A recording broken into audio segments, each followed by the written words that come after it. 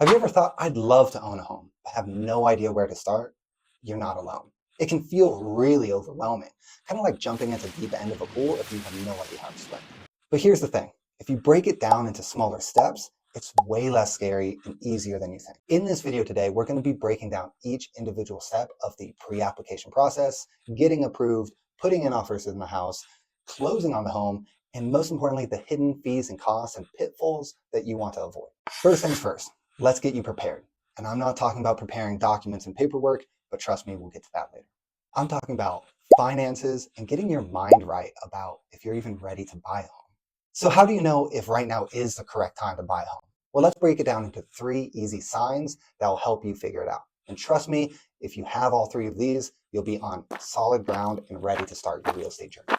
Sign number 1 is a stable income. Now, this might seem obvious. Of course, you want a stable income if you're going to purchase something as large as a home.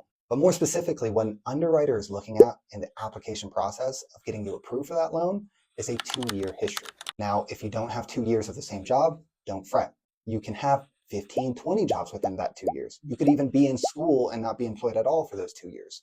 There's other ways to get around that 2-year history, but we are going to look back 2 years. The main thing this 2-year look back does is to prove to the underwriters that I am reliable in paying off my mortgage. If they're going to give me this large sum of money, they want to know I'm reliable to pay it off. Sign number 2 is your credit score. Now, you don't need to have a perfect credit score to be approved for a mortgage. The main thing is you want to have a reliable enough credit history that shows these lenders that you're going to be able to pay the mortgage. What that usually means is a standard score of 620 for conventional loans. So if you don't have a perfect credit score yet, or if you're not at that 620 marker yet, reach out to me. We can talk about credit repair and how to improve that score. But for a conventional loan purpose and the purpose of getting yourself ready for that next home project, 620 is the score that you want to hit. And finally, sign number 3 that you are ready for a home purchase is budgeting. Now, this is everybody's least favorite topic. Nobody likes to track how much money they're spending and seeing all the debt that they're collecting, and it can be hard to look at, but that's okay. Knowing exactly where you're spending your money each month can be an incredibly powerful tool to help you better understand your finances and be prepared for a larger purchase like a home. So if you're not sure exactly where your money is going each month, take some time to figure that out. It will save you a ton of headaches later on. And if you want stuff to help you budget and plan to prepare, I have a link down below with a free guide of a budget template that you can use and ways that you can start tracking your expenses now. All right. So let's say you're feeling very confident about those 3 signs and all of those are checked off. Now here's where things get real during the application process.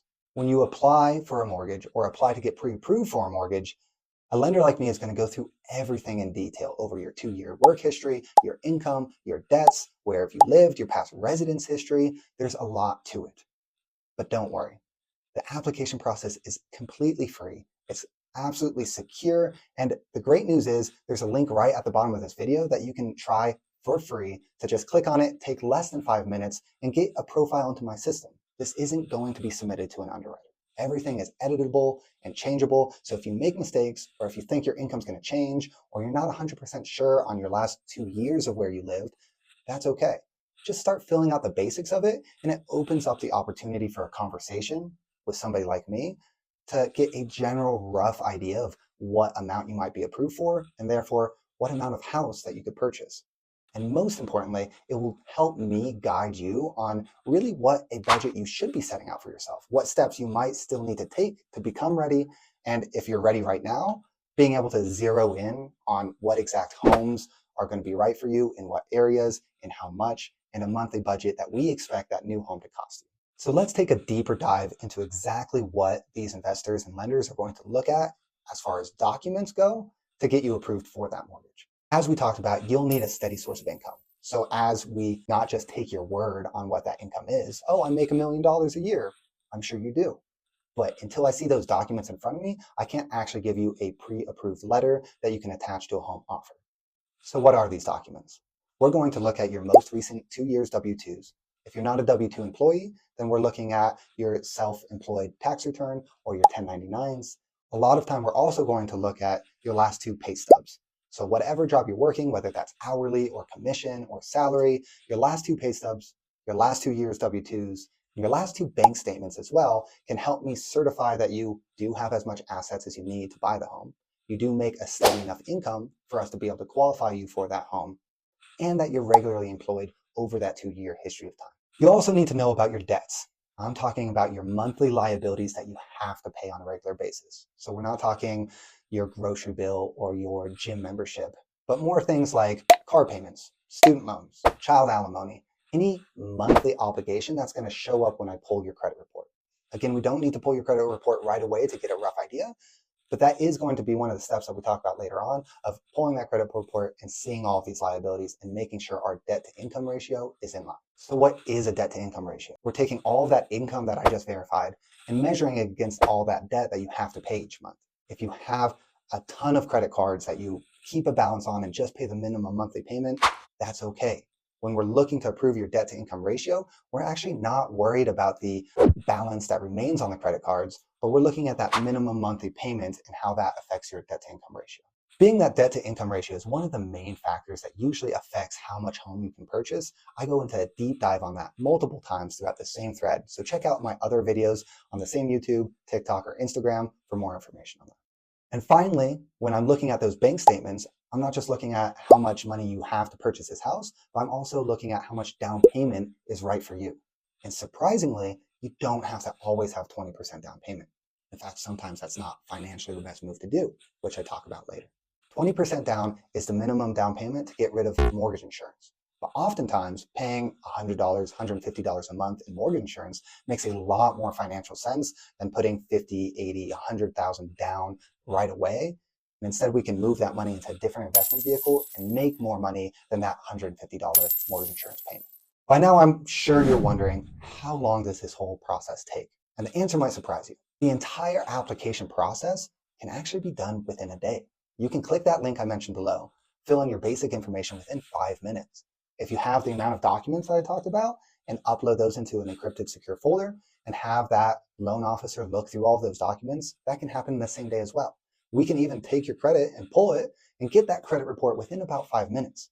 So the entire pre-approval application process could be done within an hour or so, which is extremely fast, but that doesn't mean you should go out and buy a house within an hour of looking. Of course, this is a big financial decision. So jumping into something straight away and rushing the process is usually never the right idea. I've had plenty of clients call me, say they're putting an offer on a house today. It could be 10 o'clock at night and they need a pre-approval letter by midnight. And that's possible, but it's way more advisable to come talk to me early and often so we can plan this process and make sure that even if this is a month, 2 months, or a year out, we can have conversations continuously about what's right for you and what fits your budget. So the timeline from there, once you put an offer on a property, typically takes about 30 days to close, is kind of average industry standards. Now we can do things a lot quicker, more like 2 to 3 weeks, if we have everything in line and we've done our homework up front in the beginning. But let's just say 30 to sometimes even 45 days because things come up during the inspection or the appraisal process, and maybe the seller needs to help repair the roof or some amount of damage to the house or negotiation process that extends that timeline. You want to make sure you're not in a rush for this. You want to make sure that you're on top of the deadline dates that's within that contract. And that's why having a very good real estate agent and also a very good loan officer that has your back on managing those timeline and deadlines to make sure your earnest money stays safe. As I mentioned earnest money, let's take a deep dive into all the costs that you really should be expecting to spend when looking to buy a house. So obviously the biggest one of this is going to be your down payment that we've talked about. This could be 3% for first-time homebuyers. Typically that's 5% if you've already bought a home for any conventional loans, or 3.5% if you're doing an FHA loan. Investment properties and other things are different, probably 20, 25% down. But just know that that down payment is really just a set cost that even if you get seller concessions or other credits, we're not going to be able to take away that down payment cost unless we go into down payment assistance programs, which we'll talk about in other videos. On top of the down payment, there are going to be closing costs. Closing costs consist of all of the third-party fees like title fees, state fees, document prep fees that are smaller fees, but they do add up. Now, this is very different depending on the size of the house, the size of the loan, even the state that you're in. So make sure to reach out to a licensed mortgage loan officer like myself to get a better idea of what is specific for your closing costs you should expect on the house that you're wanting to put an offer on. But for a general rule of thumb, you can say maybe 2 to 4% of the house value you can expect in closing costs. Now, part of these closing costs aren't typically costs at all, but something that's broken into a section called prepaids. We call this prepaids because these are items that you have to pay anyways. You're just paying them upfront. I'm talking about taxes, homeowners insurance, sometimes HOA payments, but mostly taxes and insurance are items that you have to have with house no matter what, especially home insurance. If somebody is giving you all this money for a home, they want to know that it's insured. So usually these payments are going into what's called an escrow account. Typically with escrow accounts, you're going to put 2 to 3 or maybe more months into that escrow account ahead of time, early, prepaid, and then that's going to give you a buffer to whenever those taxes and insurances actually due. So right off the bat, you're going to usually pay 1 full year of insurance, and you're going to have that prepaid buffer of taxes and insurance monthly in that escrow account. So when you go to pay your mortgage, that's the same mortgage payment every single month. But what's really happening in the background is your taxes and your insurance are going into that escrow account, and the escrow account is increasing in size until it's time to pay those individual items, and then it decreases in size. So it's going up and down constantly, even though you're paying the same exact mortgage payment month by month. This is to help you and manage those payments easily and make sure that you don't go into default on your taxes or your insurance.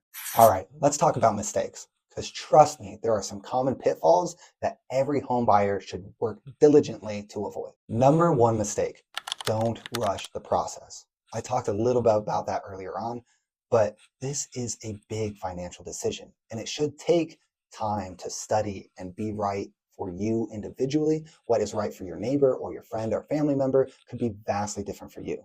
So take the time to pick up the phone and call me, or set down a conversation with any mortgage loan officer out there and make sure they know exactly what's going on specifically in your life with your budget and what's right for you. I know it's tempting when you see a perfect property that you get a lot of emotion attached to on Zillow or Redfin or any of these websites, and you want to go and put an offer in right now before anybody else does, especially in a hot market where your fear is ramped up that this house is going to be gone before you have the chance to put an offer on it. But I'm telling you, it is important to wait. Mistake number 2, avoid buying something that is at the very top peak of your budget. Have you ever heard of somebody being house poor? To where they bought this amazing house, but because of the mortgage payment and the liabilities that they have to pay each month, they are eating nothing but ramen noodles each day, or they can't go hang out with their friends or continue the lifestyle that they enjoy having because their house payment are making them house poor. This is unfortunately way too common. The reason for this is because clients that I have are pre-approved for a lot more than they actually want to spend. Just because you're pre-approved for $1 million house doesn't mean that $1 million purchase price is the right idea for you. So that is, again, where this budget comes in hand as far as knowing what's right for your finances and making sure, even if you're approved for $1 million, maybe I'm just looking for a $600,000 house. And that's what's right for me in that moment. And lastly, mistake number 3, don't forget about repairs and hidden costs you might not expect. With each home you're buying comes a riddle of mysteries. You do not know what's behind those walls. You do not know what the previous owner might have done that is or is not up to code. Trust me, I've bought multiple properties in the past that come to find out a couple months later, or even a week into the first move-in process of that home, and there's some huge giant thing that I didn't see and the inspection report didn't see, but now I'm left with the bill to fix it. Even if you're purchasing a brand new construction new build, it can come with surprises. So the key here is plan for the unexpected and have a budget set aside for contingency costs so you're not upside down right away when you're buying a home. So you're pre-approved and you have a budget. Now what? This is where the fun part begins. Now it is time to connect with a real estate agent and go walk through properties and get really excited about the home buying purchase and seeing yourself inside of those homes. And here is the best advice I can give to you when you're at this stage of the home buying process. Work with somebody you trust. There's a million real estate agents out there. There's a million loan officers out there.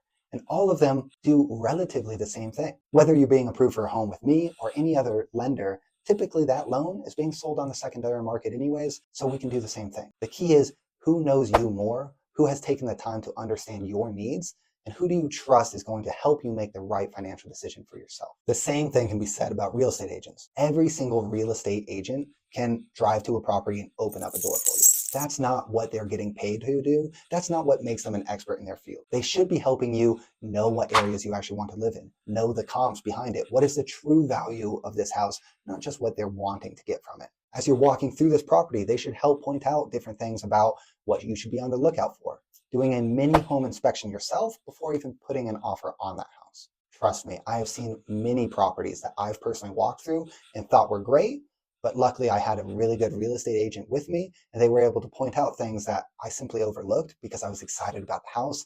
Remember, it's okay to negotiate. This whole process is a negotiation. You don't have to take the listing agent or the seller's word on this value of property, and you can actually just tell them what you're willing to pay for it and work until you get to a middle ground there. Be okay with walking away.